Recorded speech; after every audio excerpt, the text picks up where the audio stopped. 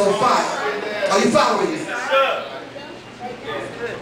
Luckily enough, this bastard dropped dead a couple of weeks ago. No, you ain't got to applaud. Let me tell y'all something, man. I pray like David in the Bible prays. I don't pray for the health and wealth of my damn enemy. I'm praying for my enemy's destruction. Are you following me? I'm praying for my damn enemy. I know you ain't going to hear this today, but they will be here. Are you following me? See, brothers, somebody needs to quicken that spirit in you for you to be a real man. Are you following me? Now, if you don't want to be my friend after this particular lecture, go on about your damn business. Are you following me? Sisters, I love you to life. If you're presently in a relationship right now and your man is not standing up for you, your babies, and his people, stop sleeping with his ass. Hold on. Now, a couple of sisters in the back, they're not applauding me because don't let them out. That urge and that desire comes up in me like it comes up in you, and I know you gotta have it, because I gotta have it. And there ain't nothing wrong with that. That's natural, right or wrong. But if he gonna be a punk and a traitor, no, shut down. Just shut it down for a minute. Let his ass go sleep on the couch, and his next move is out the door. Are you following me? Right. You see the weak response that I'm getting? We gotta develop some kind of strategy to get the brother to do what the hell he's supposed to do. You already paying the bills. You already living in your house. You might as well be part of the revolution, right or wrong. You let them borrow your car. Right. I'm not putting you on the spot, brother. But when I give the phone call and say, look, we need to take care of some business because somebody done messed over Nikki's daughter, I don't want to hear you got to work or you got something to do. Yes, sir, I'll be right there. Because guess what? If somebody messed with your daughter or yours, you know you can call me. Are you following me? And all I'm going to tell you is, look, give me a picture of where he at, go home. I got this. Are you following me? You don't know you can call me. Because when you didn't have knowledge of stuff, I was out there speaking for you. Right in the face of the beast. Are you following me? And didn't flinch. I'm 5'5", man, 147 pounds, dude. Come on, y'all. When have you ever seen me flinching? I'm not trying to talk tough. Somebody has to take a stand. So when you hear me, you have to hear the Zulu. You got to hear Malcolm and Martin and Marcus. Muhammad. Are you following me?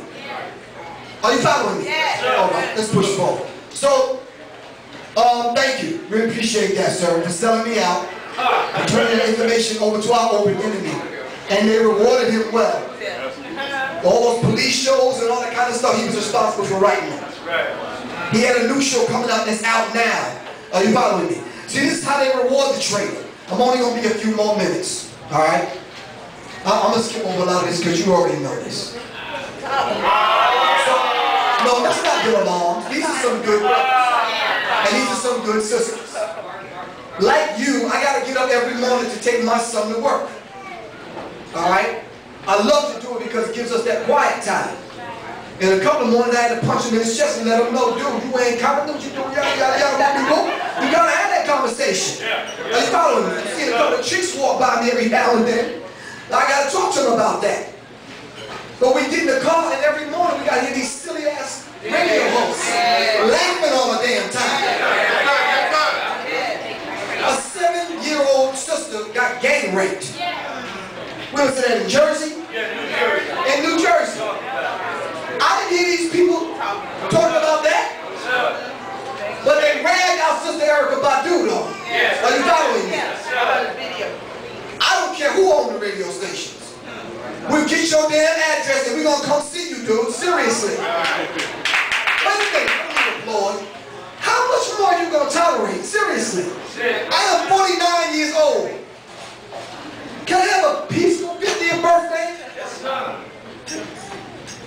How much more are we going to tolerate?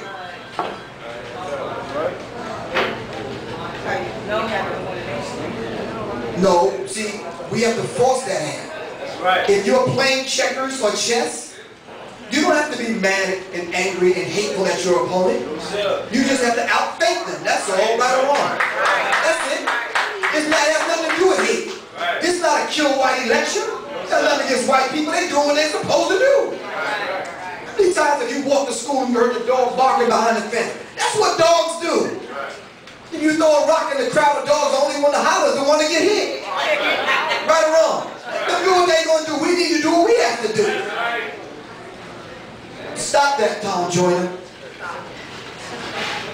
And you notice the trend now? They always gotta have a homosexual among their crew to balance it out. You know what they're doing? They're matching your frequency.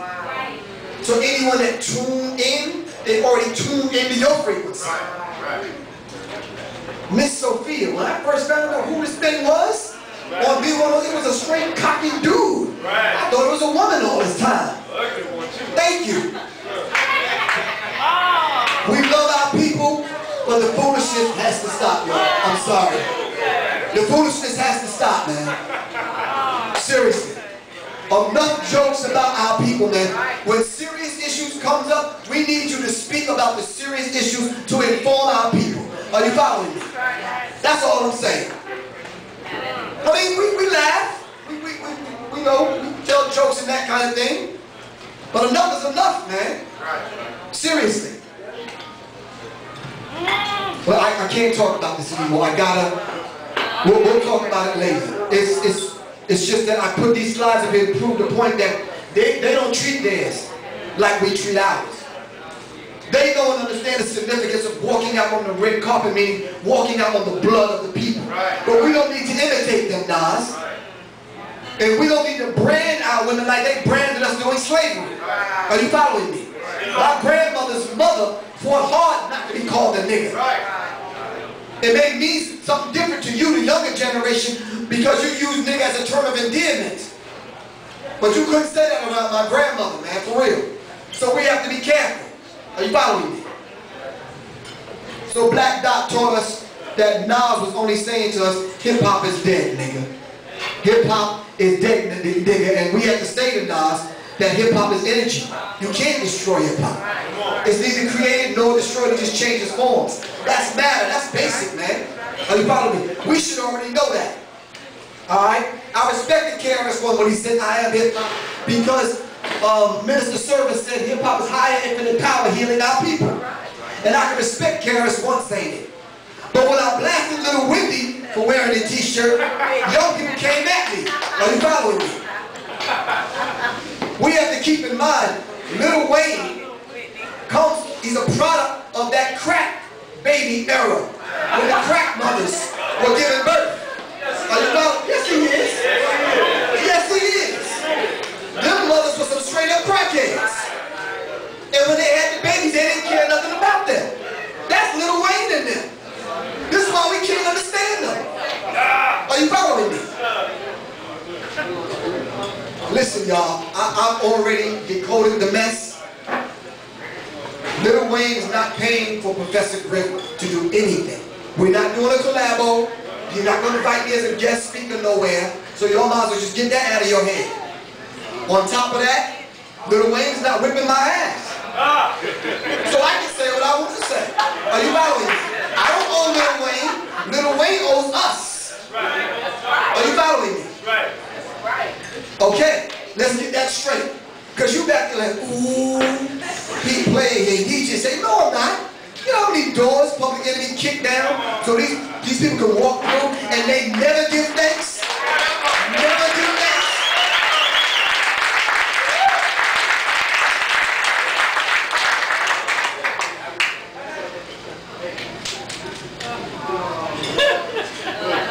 This is the story that I'm tired of telling.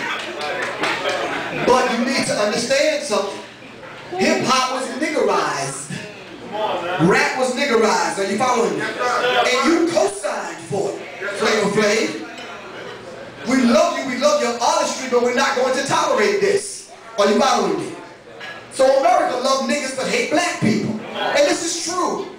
And they will pay you to continue your nigga mess. Yes, sir. They don't like like a strong image. They had to neutralize this. So they threw millions of dollars to Flavor Flav's way. Alright? Millions of dollars his way. The image of Flavor Flav coming out of a baby carriage. When this image goes out globally, can you imagine with some non-English speaking people viewing this? A picture's worth 1,000 words. And this is how the rest of the globe views you, brother. Are you following me? Yes, sir. Like children. So when we co-sign for them, alright, we have to understand the dynamic. Now, good brother Jason Orr, is he here? Yeah. Where is he at? Oh, raise your hand. Give Jason a round of applause, y'all. I'm telling you, we got some scientists among us, man. Jason Orr decoded it for us when he passed this on to me in the book of ancient deities. He passed the book of ancient deities on to me, and we decoded this madness that Flavor Flav was. Flavor and Bridget Nielsen in a what the sitcom, the reality show, Strange Love. Flavor called her Gita, and she called him Foofy Foofy. So they're little pet names. So Jason looked up what the Gita means. Gita is Haitian, also known as Baron Samedi, god of the dead. Gita is likely of African origin. He is associated with Baron Samedi. Children are protected by him. Gita has healing powers. He is shown as a black man wearing a black coat, top hat, dark glasses, and he carries a cane and is usually shown with a cigar or cigarette. His sign is a square cross with a low tomb. So the Source magazine did an expose on Flavor Flav, putting him on the cover. The article was called The Resurrection of the Jester King. Inside of the article, it makes reference to the Haitian deity, Gita. It says, in Haiti, those possessed by the voodoo, god of the dead Gita, make jokes dressed in top hats and dark glasses, is known for their kiki laughter. Is that not Flavor Flav? The African Haitian deity is in him. He don't even realize it. This is the reason why you were set on your course, Flavor, but you don't realize it. You too busy acting like a nigga for the slave master's children. Buck dancing on TV. Step and fetch would roll over this damn grave, Flavor, if you see what the hell you doing. Are you following me?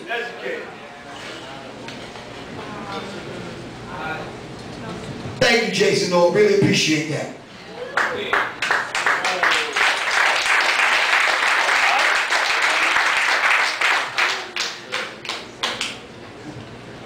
I want to deal with the law of correspondence real quick. As above, so below, as within, so without. The ancestors left a pathway for us to get back to the God self, brothers and sisters. I'm going to say that again in English. Maybe you're moving around too much. Or maybe you're thinking about the cute chick across the room that you like to get her phone number. Not right now, brothers. Listen. As above, so below, as within, so without. The ancestors left us a way to get back to the God self. Alright? So, Professor J. Small teaches us this. You cannot access the deep essence using your enemy's pathway, i.e. education, religion, and politics. Your enemy does not know enough about God to know how to get to God. Are you following me?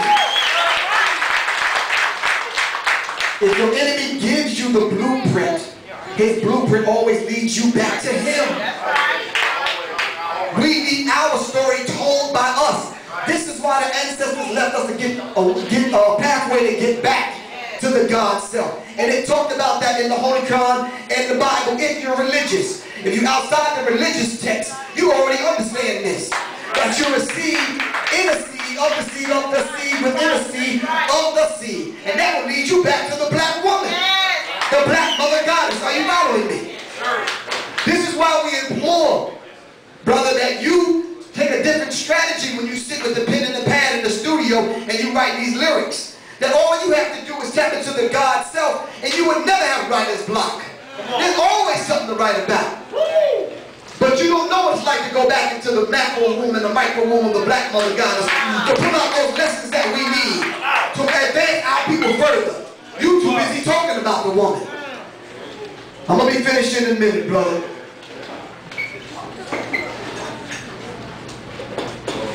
Phil Valentine was right when he wrote The Wounded Woman. The womb is wounded. And even when we go back into the macro womb of the universe to extract those lessons, alright, we're wounded people, especially the black man. We're sensitive, we're on edge.